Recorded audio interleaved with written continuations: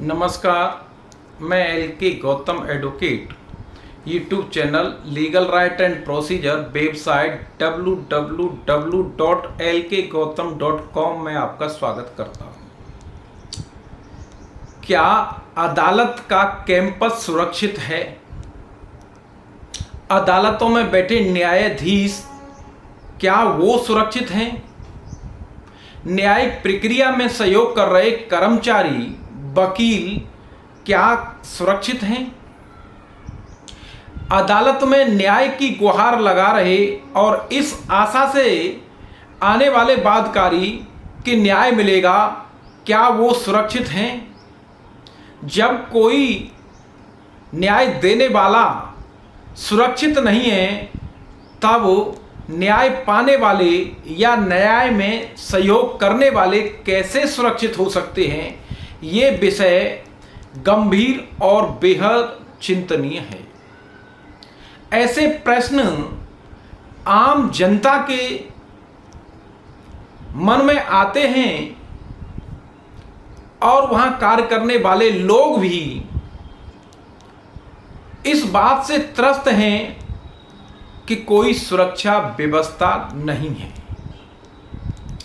आपने अभी हाल ही में देखा, राजधानी दिल्ली जैसे क्षेत्र की अदालतों में 3 बड़ी गंभीर घटना हो गई। इसके साथ ही साथ देश के विभिन्न हिस्सों में आए दिन घटनाएं होती रहती हैं। कई बार अदालत से बाहर निकलकर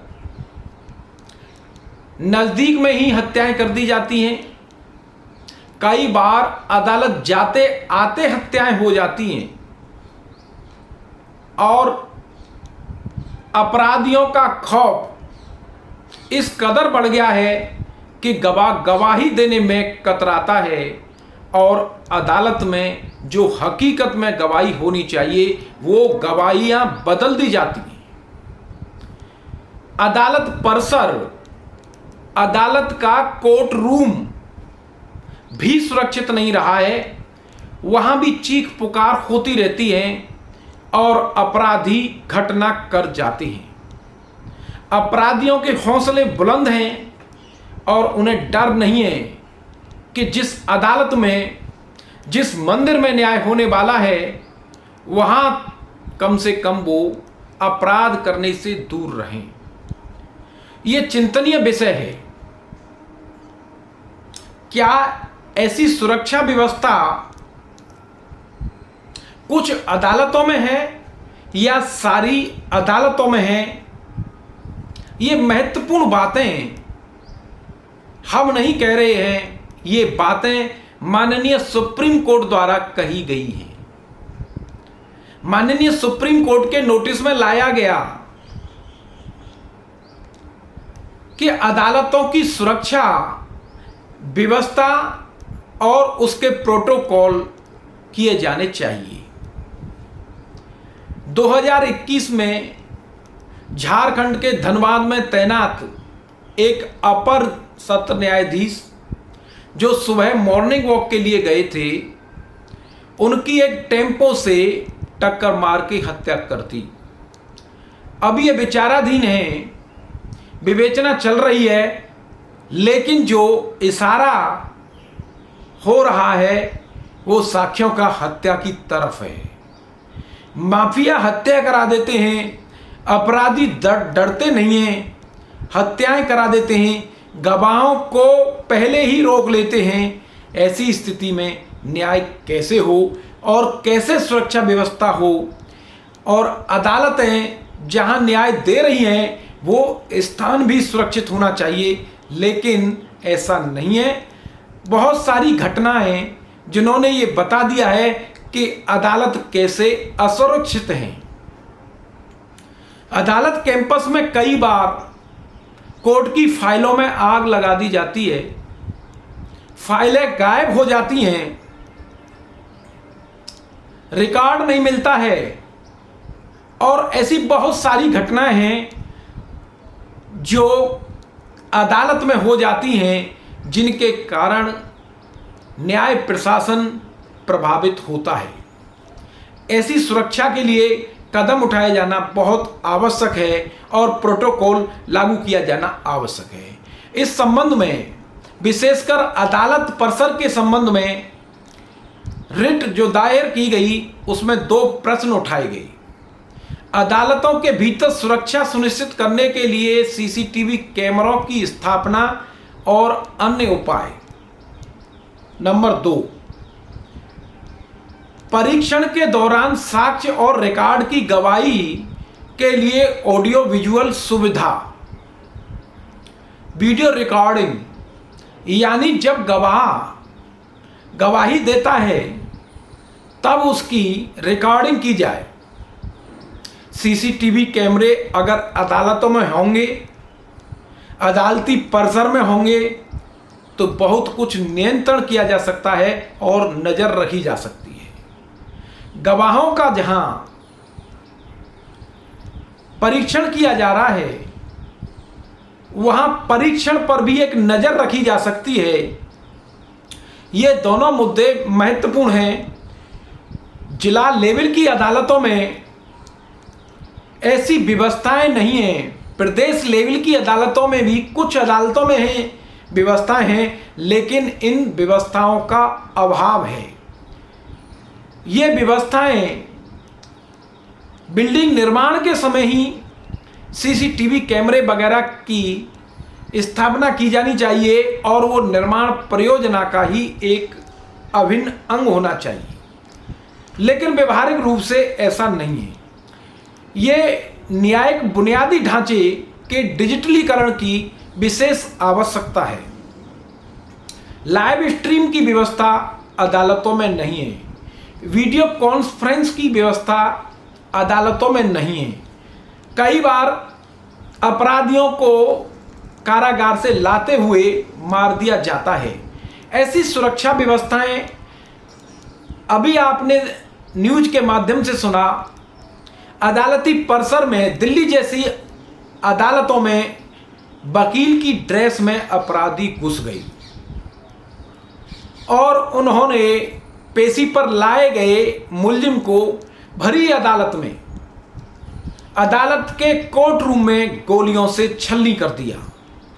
ऐसी स्थिति में सुरक्षा व्यवस्था और वहां की जो एंट्री है उस पर कौन व्यक्ति घुस रहा है, क्या वो अधिवक्ता है या अधिवक्ता की ड्रेस में कोई हत्यारा आ गया है, ऐसी व्यवस्थाओं के लिए, ऐसे अपराधों की रोकथाम के लिए डिजिटलीकरण और सुरक्षा के प्रोटोकॉल और अन्य उपाय लागू किए जाने चाहिए।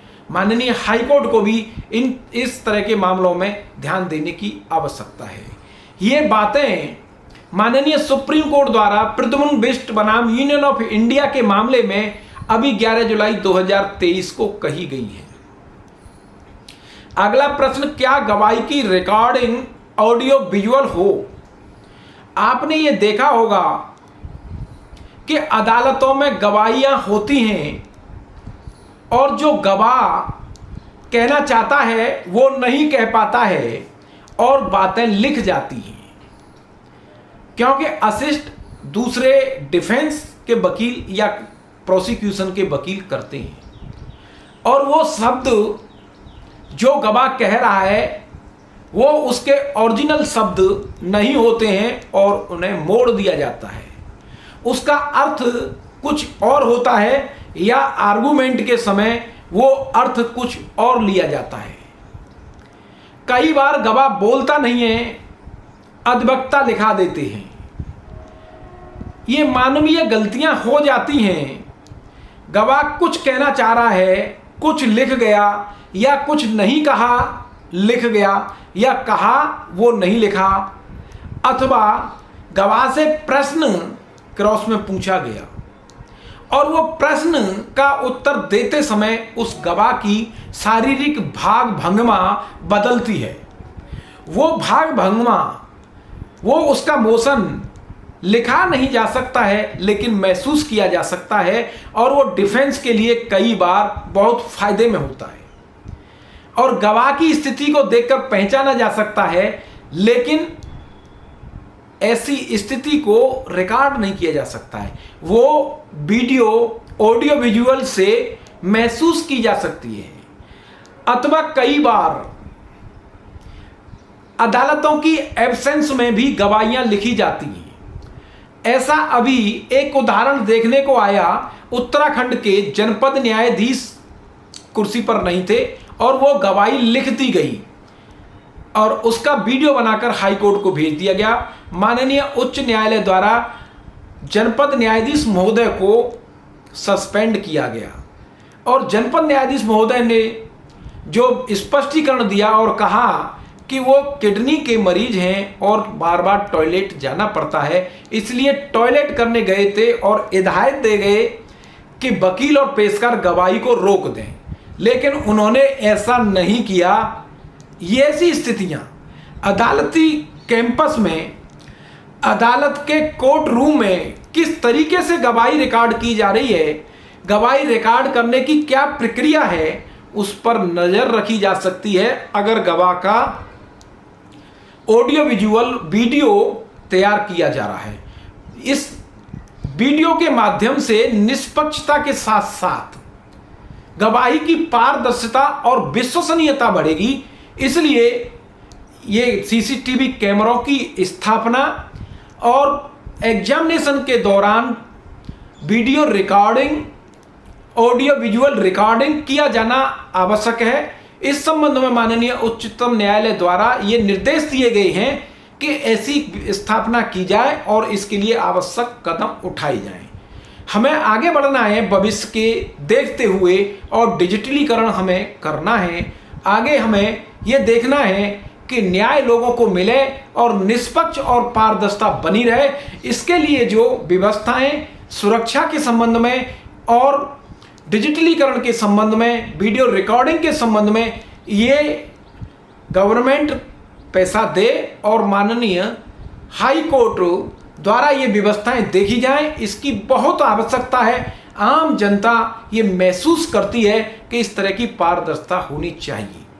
ऐसे निर्देश प्रद्युम्न बिष्ट के मामले में माननीय उच्चतम न्यायालय द्वारा दिए गए हैं, इनका पालन किया जाना बहुत आवश्यक है। ये जनता के हित में है और बाध्यकारियों के हित में है, क्योंकि जिस व्यक्ति की स्वयं सुरक्षा नहीं है वो किसी व्यक्ति को सुरक्षा कैसे दे सकता है, कैसे न्याय कर सकता है और कैसे न्याय दे सकता है।